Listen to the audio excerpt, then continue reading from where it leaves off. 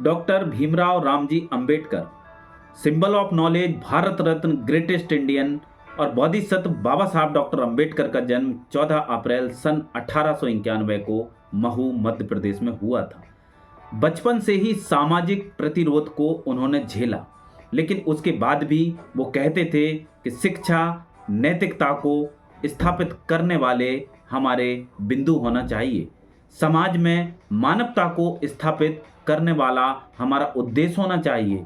समाज में शिक्षा ही बदलाव ला सकती है, सफलता की कुंजी शिक्षा ही है और उन्होंने शिक्षा को अपना हथियार बनाया। साथियों, प्रारंभिक शिक्षा सतारा, उसके बाद हाई स्कूल उन्होंने मुंबई से पास किया और उनको विदेश अध्ययन करने का भी मौका मिला, जिसमें महत्वपूर्ण योगदान सयाजी गायकवाड़ जी का है, जो बड़ौदा के महाराजा थे। डॉक्टर अंबेडकर एक महान दर्शन शास्त्री, महान कानूनविद, महान समाजशास्त्री रहे हैं। महान अर्थशास्त्री के तौर पर उनको याद किया जाता है। यदि हम उनके आर्थिक क्षेत्र में ही योगदान को देखें तो साथियों, आज जो हम भारतीय रिजर्व बैंक को देख रहे हैं वो उनकी प्रॉब्लम ऑफ रुपीस थीसिस पर ही बेस्ड है, उसी पर आधारित है। बाबा साहब डॉक्टर अंबेडकर महिलाओं की दशा और दिशा को बहुत पहले जान चुके थे।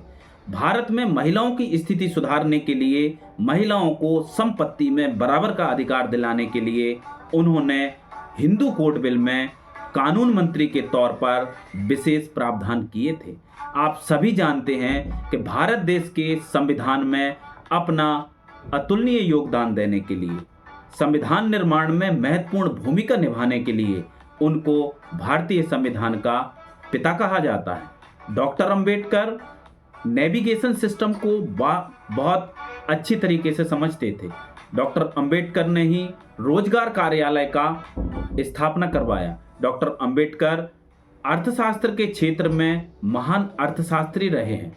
एशिया के पहले वो व्यक्ति हैं जिन्होंने अर्थशास्त्र में पीएचडी की है।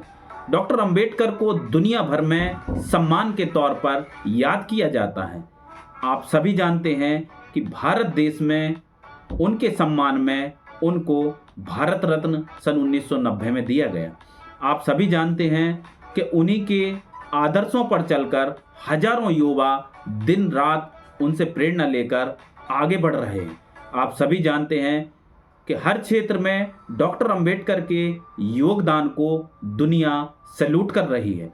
शिक्षा के क्षेत्र में डॉक्टर अंबेडकर 11 भाषाओं और 64 विधाओं में पारंगत थे। डॉक्टर अंबेडकर की अपनी निजी लाइब्रेरी में लगभग 50,000 पुस्तकें शामिल थीं। साथियों, डॉक्टर अंबेडकर के जीवन संघर्ष को जब हम देखते हैं तो हम पाते हैं कि लगभग 14 घंटे पढ़ाई डॉक्टर अंबेडकर करते थे और अपने समाज के लिए, इस मानव समाज के कल्याण के लिए, उनके हितों के लिए वो लगातार संघर्ष कर रहे थे। डॉक्टर अंबेडकर सर्व समाज के महान नेताओं में अग्रणी रहे हैं। डॉक्टर अंबेडकर के योगदान को समझने के लिए उनके साहित्य को समझना होगा, उनके विचारों को समझना होगा। हम जानते हैं कि वो केवल संविधान निर्माता और अर्थशास्त्री ही नहीं, बल्कि वह बेहतरीन समाजशास्त्री थे, एक बेहतरीन दर्शन शास्त्री थे, एक मानव शास्त्री थे। डॉक्टर अंबेडकर का योगदान हर उस विषय में रहा है जिस विषय को हम समझ पाते हैं। डॉक्टर अंबेडकर एक महान विचारक थे। एक अंबेडकर का मतलब होता है एक लाइब्रेरी के बराबर एक इंसान। डॉक्टर अंबेडकर अपने आप में एक लाइब्रेरी थे, चलती फिरती लाइब्रेरी। साथियों, ऐसी महान प्रतिभा को हम बारंबार सैल्यूट करते हैं और उनकी इस जन्म जयंती पर हम उनको सत सत नमन करते हैं। हर उस वर्ग की महिलाओं को, हर उस वर्ग के उन व्यक्तियों को डॉक्टर अंबेडकर को अपना आदर्श मानना चाहिए, जो आज उनके योगदान के वजह से खुली हवा में सांस ले पा रहे हैं। मानवता को जिंदा रखना, मानववादी विचार स्थापित करना उनका मुख्य उद्देश्य था। डॉक्टर अंबेडकर ने कहा था कि मैं प्रथमतः और अंततः भारतीय हूँ। उनके इस संदेश से हमें ये प्रेरणा मिलती है कि हमें अपनी भारत माँ के लिए संपूर्ण जीवन अर्पण करने के लिए हर दम हर क्षण तत्पर रहना चाहिए। बाबा साहब डॉक्टर अंबेडकर को सत सत नमन, और बने रहिए इसी तरीके के मोटिवेशनल एजुकेशनल वीडियोस के लिए हमारे यूट्यूब चैनल पर। बहुत बहुत धन्यवाद। जय हिंद।